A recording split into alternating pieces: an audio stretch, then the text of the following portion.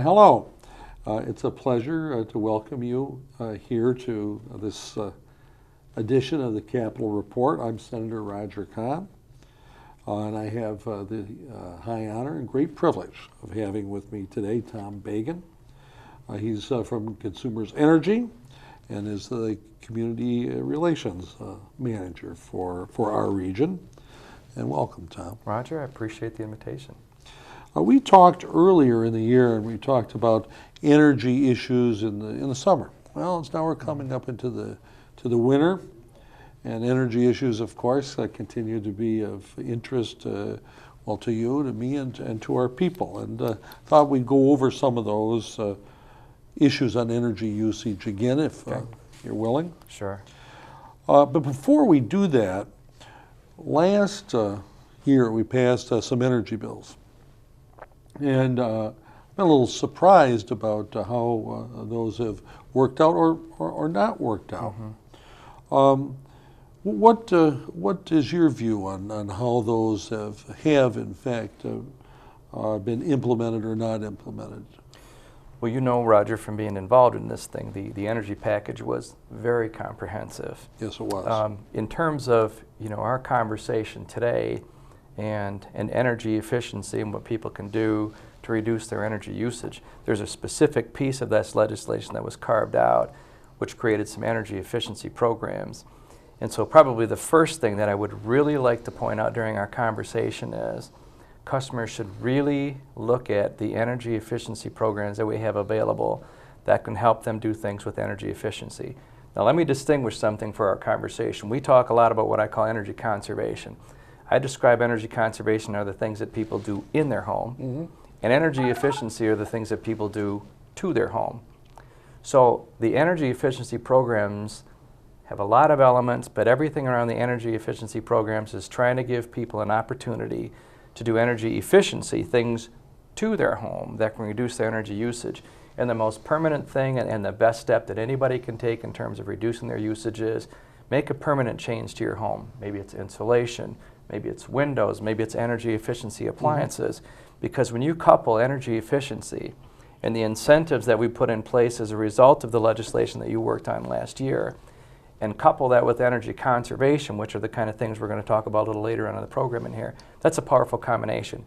And that's the best way that customers can have to reduce their energy usage. Short of a continuation of the weather we've had for the last few days, that would be a pretty good way to do that too, but we probably can't count on that. Okay. Well, I like, yeah, right. In terms of how we're going to go about this, with the ideas you just championed, where are people going to get the information to make decisions, and how should they prioritize their decisions on what they might do? There's a lot of information, Roger. Probably the best source, and this is something we repeated last time, and I'll repeat it again this time, is to go to our website, which is www.consumersenergy.com. www.consumersenergy.com. Right. And if they go to that website, there is a link on there that takes them to the energy efficiency programs. Now, we talk an awful lot about energy efficiency as it relates to residential customers. It's equally important to our business customers and our commercial clients. And there are programs that are custom tailored towards residential customers. And there's a specific area in there where residential customers, homeowners, can look and find specific items in there that they can take advantage of. There's also another area in there that's geared specifically towards commercial and our larger customers. Now, some of the energy efficiency programs are common to both. Compact fluorescent lighting, for example, a great way to get the same amount of light for a fraction of the energy usage. Now that applies equally to what we do in our homes. It applies equally to what happens a lot of times in businesses. So there are some parts of the energy efficiency program that we offer to our customers that are common to homeowners and business owners. What are the ones most commonly taken advantage of? Number two, the number one is lighting, compact fluorescent lighting, replacing incandescent lighting. It's a fraction of the cost to do that. And the other are typical things like insulation and a lot of those things you can do in your home. Where it gets different is if you get to businesses that have specific applications for processes or things that they may do in their business. that are not something that we do in our home. Somebody has a piece of equipment that performs a specific function or a specific process.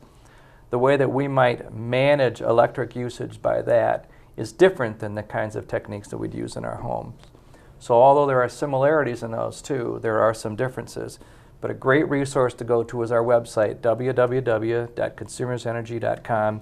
That's Find that- Right, www.consumersenergy.com. right. We'll make sure we get it out. Exactly. I think we got it this time. So if they go to that source, the beauty of doing it, if you have access to the internet, is you can look at that, you can spend time looking at the different programs, and you can choose the ones that work best for you. But my number one piece of advice is I strongly encourage our customers to take advantage of this program that helps do energy efficiency measures. It helps them make permanent changes to their home and to their business. What's your judgment for the average home and the average homeowner, if you can generalize that much, on how much they can save in their energy, and if you could put dollars on that? You know, maybe it's percents would be easier. Yeah, you know, I'm not sure I can answer that question, Roger. There's so many variables in here, and let me give you a couple of examples. If somebody has an older home, I mean a very old home, back in the days when energy was not such a consideration, Yeah. and insulation in a home was non-existent, and single pane windows, and it didn't really matter for the cost of energy because it wasn't that significant a part of your budget.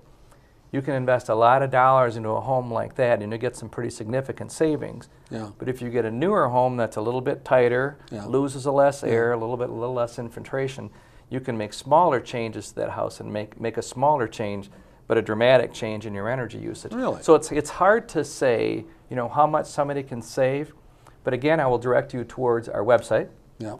www.consumersenergy.com, Yeah. and there's a lot of information that can direct our customers to specific things they do and the kind of savings that they can have. And again, the application of those savings for a home, when we couple that with the energy conservation, the things that we do in our home, Mm-hmm. that's where the big combination is, where our customers can save. So I guess whether you got an old home or a new home, you both can save, and the notion, I was going to guess that a new home wouldn't have as much to gain as an old home. That's just not true. They both have plenty to gain. Yeah, there's always things that people can do. If you spend a lot of time looking at your house Mm-hmm. and paying attention to, you know, things in your house. For example, I always remember each winter, and again, this was an older home where I was born and raised in Midland. But I remember around wintertime, my mom would always roll up a towel and put it at the base of the door, and I never quite understood what that was for. Well, that was kind of her economical way of reducing a draft inside a door. Mm-hmm. But it reminds me how many times as you walk through a house, if you feel a cold spot in a house, a cold draft in a house, you can think, that's energy loss. That's costing me money. Right. If in the Exactly. wintertime, which is our focus today, Yeah. if I walk through an area house and I feel a cold draft under a door, I feel a cold draft by the window, or a cold draft in any spot of the house, you can think of that as money that's going out the door, because you're paying for the infiltration of the cold in your house to try to maintain your house at whatever is your comfortable temperature setting in that house. Well, you know, when we talked last time, we were talking in the warm part of the year, Mm-hmm. and things that we could do to avoid, using our air conditioning too much. But you mentioned cold, and here we are in the colder part of the year. Mm-hmm. Are there some things that in particular we should be thinking about with, natural gas or electricity for the colder part of the year? Yeah. You know, before I get into energy savings pieces, I want to back up just a second, Roger, and talk about something that's really, really important, and that's safety in the house. Yeah. I mean, being energy efficiency is very important. Being safe is really, really important. And here's a few things that I just want to point out with in terms of safety and safety in the house in terms of energy usage. The number one piece is, and again in the wintertime, is we really encourage our customers to get a tune-up on their appliances, primarily their furnace in the house.